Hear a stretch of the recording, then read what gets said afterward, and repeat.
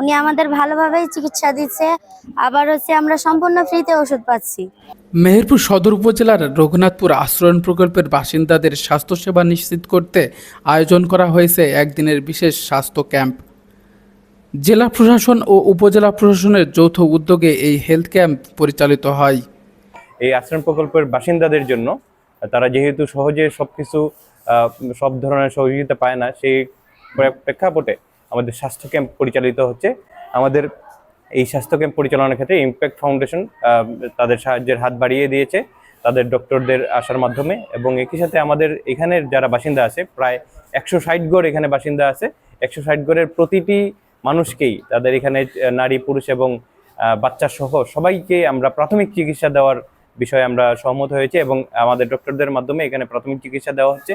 এবং প্রাথমিক চিকিৎসার একটা পার্ট হিসেবে যে প্রেসক্রাইব করার সাথে সাথে আমাদের প্রাথমিক যে ওষুধগুলো দেওয়ার সুযোগ আছে আমরা ওষুধগুলো দিচ্ছি।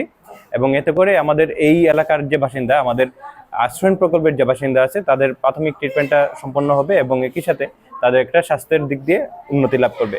এবং আমরা আশা রাখছি ভবিষ্যতে বাকি যে আশ্রয়ণ প্রকল্প যেগুলো আছে ওগুলাতেও আমরা একইভাবে স্বাস্থ্য ক্যাম্প করব।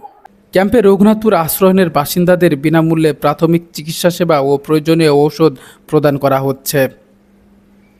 এই মানবিক উদ্যোগে চিকিৎসা সহায়তা দিচ্ছে সামাজিক সংস্থা ইমপ্যাক্ট ফাউন্ডেশন।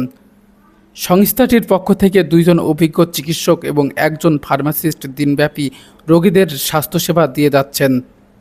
চিকিৎসা কার্যক্রমের জন্য প্রয়োজনীয় ঔষধ সরবরাহ করেছে মেহেরপুর জেলা ও উপজেলা প্রশাসন।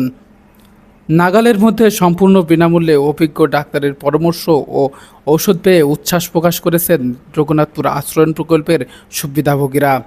আমাদের স্যাররা বিনামূল্যে অনেক ওষুধ দিচ্ছে, অনেক বিনামূল্যে চিকিৎসা হচ্ছে।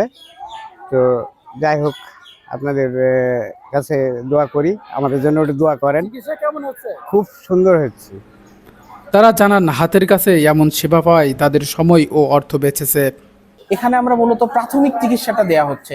এটা হতে পারে গর্ভবতী মহিলাদের চিকিৎসা, নাক কান গলা মেডিসিন, কারো মাথায় ব্যথা, হাত পা জ্বলা পোড়া করা এইসব, তারপরে কানের সমস্যা, কান দিয়ে রক্ত বার হওয়া, কান দিয়ে পিচ বার হয়, এইসব বিভিন্ন সমস্যা, চোখের সমস্যা, ঠান্ডা কাশি, এগুলো মূলত এই চিকিৎসাগুলো দেওয়া হচ্ছে।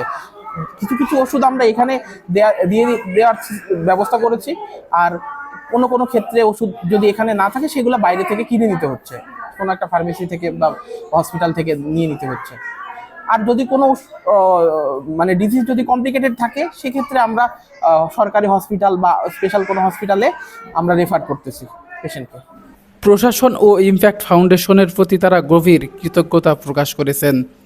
জেলা প্রশাসনের প্রতিনিধিরা জানান, আশ্রয়ণ প্রকল্পের অধিবাসীদের জীবনমান উন্নয়নের অংশ হিসেবেই এই ধরনের স্বাস্থ্যসেবামূলক উদ্যোগ নেওয়া হয়েছে এবং ভবিষ্যতে এমন কার্যক্রম অব্যাহত থাকবে। জাহিদুল ইসলাম, মানবতার চোখ, মেহেরপুর।